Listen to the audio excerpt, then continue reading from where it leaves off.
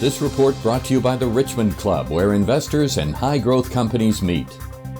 Hi, I'd like to welcome everyone to today's presentation on silver Viper Minerals. I'd like to do a special thanks to the Richmond Club for arranging this. I think you're going to hear about a very exciting exploration opportunity on a project that's located in Sonora, Mexico. It's an early stage exploration project, but with some fantastic results. I will be making some forward-looking statements today for both our US investors and our Canadian investors, so just draw your attention to that slide. One of the first and most important things I think we should focus on is why you want to invest in this company. And the three main points are we've got a high quality asset, we've got lots of potential, and we've got a strong management and shareholder support and structure. I don't want to go too much into detail on this slide because we're going to dive into these details as we work through, but I think it serves as a very good summary slide of all the main points of why you should be investing in our company. The project is located 220 kilometers east of Hermosillo in Sonora, Mexico. It's located in the Sierra Madre Mountains on the eastern side of the state. This is a very highly prolific exploration part of Mexico. Sonora is the #1 gold producing state within Mexico. It's the #2 or #3 silver producing state, depending on which year you're talking about. So this is elephant country. This is where you want to look to find the big gold and silver projects. When we were approached and we got this project, it was held by a group of project generators in Mexico. When we're looking at this slide on page 5, the claims they controlled were the claims that are in blue, and surrounding that was the Pan American claims. And the history behind this project was it was Minefinder's #1 exploration asset when they were bought by Pan American in 2013 for $1.5 billion. They did that acquisition for the Dolores mine. What Minefinders had done was they flew the entire range looking for another Dolores. They settled on La Virginia being the lookalike. They ended up spending over $10 million on the project and did over 50,000 meters of drilling. After Pan American bought them out, metals prices, fell off a cliff. Pan American said, the internal claim holders weren't entitled to any of the data. Minefinders had only made 50 of 188 holes public. And so Pan American said, well, these guys, we can drop those claims. They're not entitled to any of the rest of the data. We'll just sit on it and wait for these guys to drop the claims, and then we'll go back in and restake them. That didn't happen. The internal stakeholders continued to pay the project taxes until they approached us in 2018 and said, look, here's our problem. Pan American controls this massive land package around us. They have all the data. We know that they did all this drilling, but we haven't seen the results, but it must have been good or they wouldn't have continued to do that work. So we said, well, we've got a great relationship with Pan American, and got involved and ended up working out a deal to acquire the full surrounding Pan American package and all of the data and core. So we own that 100%, and we are currently earning to 100% on those internal claims where all of the historic work was done that was controlled by that project generator group. On page 5 here, you can see the terms of that agreement. We've made our first. It's heavily back end loaded. That allows us to, really put the majority of the money into the ground to evaluate this project and decide, if it should warrant that final payment. One note is we can make half of that final payment can be made with shares. It's at our discretion. But I think it would already warrant that payment with what we found so far. But we've got lots of time until that final payment in June 2023 to evaluate the project. When we're talking about the slide on page 6, the main thing I want you to take away from this slide is if you're looking at that image on the left, there's running right through the middle of the project, you're seeing something that looks like a railway track. That is a large regional fault. That whole range that fault runs is highly prospective for gold and silver. The silicified dikes that host mineralization and have mineralization hosts adjacent to them along our project run parallel to that fault, and we see a series of these dikes running parallel that have kilometers of width potential between them and multiple sequences. So main point of this slide is just that there's lots of potential and there's lots of room for this project to grow and become something that one of those major mining companies would be very, very interested in. The other image that I'd like to point out on this slide is the one right in the middle, and you can see all the black dots. Those are the historic pads that were done, drilling pads by Minefinders and Pan American. The bulk of that work was done at Las Huatas in Virginia. But if you look up to the northern portion of that image, you see El Rubi, and that's where we made a brand new discovery at the end of 2018, and it was announced at the beginning of 2019. That is where our current drill program has completely been focused. Again, this is just, that image is just on those zoomed in internal claims. We've got lots of room to grow above and beyond that image, and actually where we're drilling now would be just past where that image is. On the slide on page 7, you get just an idea. There are some old underground workings in that historic area of Virginia and Las Watas. This is a stockwork veining zone. Again, just kind of typical of what you're seeing underground in that historic zone. When we're talking about the zone where we made our discovery, it's actually looking better. We're seeing better widths, better grades, but these are still some very encouraging results from this portion of the project when you're talking about 23.5 meters of, almost 900 silver equivalent, or 18 meters of 400 silver equivalent. Those are fantastic grades and results in their own right. The only other thing I'd point out is that we, through that deal, did take ownership of all the core. You can see that image in the lower left. That's in our warehouse in Hermosillo. We have all of the 188 holes of drill core.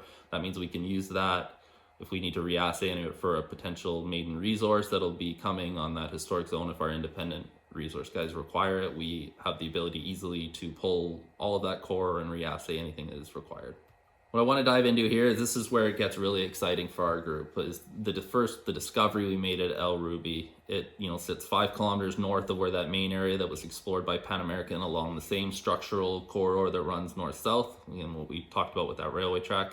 You can see in that we use man-portable rigs. We're permitted to work all over the entire project. It's very environmentally stable.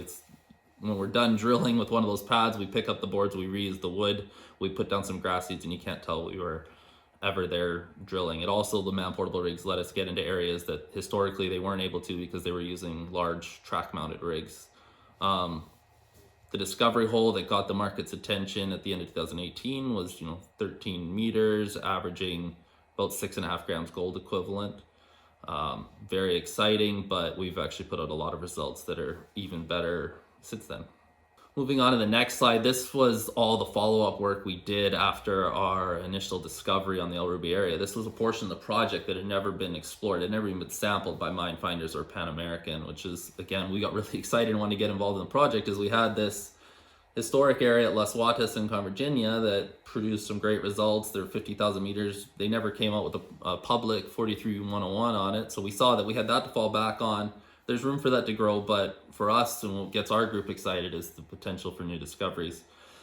We did all this work on the back end of our discovery, trying to get caught up on the El Rubi area. We've identified 4 new anomalies that we're following up on. We've just added a second rig to start drilling the first of those anomalies at Macho Libre, which sits a kilometer to the south of El Rubi in the same structural trend. We're still waiting on those assays, but we liked what we saw there. Speaking of Macho Libre, moving on to slide 12, you can see this is what it looks like at surface. And I referenced earlier those silicified dikes that we see run for tens of kilometers along surface parallel to the big regional faults. Those images give you an idea of what those silicified dikes look like. Again, mineralization, the best mineralization happens adjacent to, but sometimes it bleeds into those dikes. The next slide is, again, just speaking to the potential of this project. And this sits another 5 kilometers north of El Rubi, where we're working right now, again in that same structural corridor. You can see there on that image on the left, though, that there's this big 3 kilometer by 3 kilometer blowout in that area. And this is, again, just speaks to how prospective the ground is. What we're looking at here, though, is a bit of a different beast. We're getting away from high-grade, narrow veining here, and it looks like we're more into a big, large porphyry environment.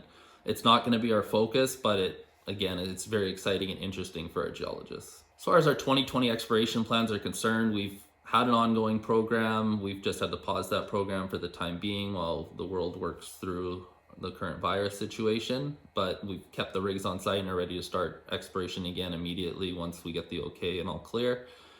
This slide, so we've got 2 programs. We've gone over our initial 5,000 meters already that we had budgeted for that phase 2 program, but because the results have been so good, we're just going to continue to drill at that El Rubi zone. We've also just completed a helicopter airborne magnetics and radiometric survey. We're awaiting the final results on that. The preliminary results certainly showed potential for size that we're looking for, but we want to wait for the final results before we really dive into that. And then we're going to continue reconnaissance on defining some of those northern anomalies and additional areas of anomalies, and trying to get them ready for drilling as we get back in and are working on those, making new discoveries in that area. Moving on to this slide, this is just some of the work that's been done preliminary while we're preparing for a maiden resource. You can see the area that was, historically drilled the wireframes there. This was prepared after we'd only completed 5 holes at El Ruby, so we've actually now completed 20, and that El Ruby zone would start to grow on that, which they're currently working on with the new wireframes. But we were targeting a release of a maiden resource in Q3. It depends when we get back on work. We'll see if that timing can still hold true, but we've certainly started down that road, and we'll be producing a maiden resource on this project as soon as possible. The next slide is just the start of some of the metallurgical work we're doing. That work's ongoing. This is very important when we're talking about a project and its viability. Is, it's great if you find a bunch of gold and silver, but if you can't get it out of the ground, that doesn't do you much good. So this is just, so far what we've seen is that the host mineralization for silver and gold isn't something that we see any problems. It's very typical of most of the mines in Mexico, and we can see that our silver is hosted in argentite and acanthite, and alloyed as electrum, which are all very good and bode well for metallurgy. Another main point that we want to touch on was our strong management team and track record of success. And our group is the Belcara Group. We have 3 public companies under our management. There are a lot of advantages to operating as a group like the Belcara Group in that we get to share G&A across 3 companies. We share office space. We get the expertise of 4 senior geologists within the group focusing on, each one takes the lead on one of the companies, but they're bouncing ideas constantly around, and it gives you access to over 150 years of experience of working this, in our space all over the world. So to me, that's invaluable and a huge advantage that we have that our peers do not. Our last major success as a group was Orco Silver Corp, which we put the first drill hole into, grew it to, from nothing, first drill hole to 270 million ounces of silver, and sold it in a bidding war between First Majestic and Coeur Mining for $350 million. That's exactly how we want our model to work. We don't have aspirations of being a producer ourselves. We know our expertise is in exploration, and that's what we're good at. And that's where our shareholders are going to gain the most, as well as that liquidity event on a sale. You can see some of our team. Again, we wear different hats in different companies, but you can see the geology team, lots of experience, and it's a very good group. Diving into our share structure, very tight share structure. We did this as a true IPO in 2017. We've only done one financing since that IPO, and that was last September, where we raised $4 million at 25 cents with a half warrant at 35. So you can see all that reflected on the capital structure. Again, for a company our size, and it speaks to our group's reputation, our track record, you can see the major institutional holders that we have. There's not a lot of other companies this early stage that have the backing of institutions that we have. These are guys that come with us from deal to deal and company to company and are very supportive of our group. Again, management owns 28%. We have our interests aligned with shareholders. You can look on SETI. We're very aggressive. We buy in the market. We believe in ourselves, and we want to support the stock and support our shareholders. The company trades on the venture under the symbol VIPR and on the OTC pink sheet under VIPRF. We're actually upgrading that OTC listing to become a QB listing. I think that'll benefit a lot of our US retail audience. That should happen within the next month or so. But we're just going through the process of doing that. But again, it'll still trade under the symbol VIPRF. We have about $2 million cash in the bank right now. That's certainly covers us for at least another, 10,000 meters, 5 to 10,000 meters of drilling at least. There may be potential for another raise if the situation or the opportunity presents itself, but that's not what we're focused on right now. We've got one analyst that's officially covering us at the moment, and he has an 80-cent target price, and that's Derek McPherson with Red Cloud Securities. And also a sign that we're, the company's currently trading at 28 cents. So there's third-party validation that we are highly undervalued, and there is potential to grow. In summary, we've got a high-quality asset. We've got a brand new discovery, potential for more discoveries. We're in a mining-friendly jurisdiction. There's lots of blue sky potential. We have strong shareholder support and a very healthy treasury. I think those are all the boxes that you should be looking for when you're investing in a junior exploration company. And I hope that we have a lot of the viewers of this as investors soon. Thank you for your time, and thank you to the Richmond Club and Scott and company for setting this up. Please feel free to reach out at any of the contact details below, and we're more than happy to answer any questions that you may have. Thank you. If you enjoyed this video, please let us know. You've been watching the Richmond Club Report. If you've just come across this channel, please feel free to like and subscribe. I'm sure you'll find a lot of interesting and lucrative investment and trading ideas around here. We'll see you again soon on the next video. Cheers, guys. Have an amazing and profitable day.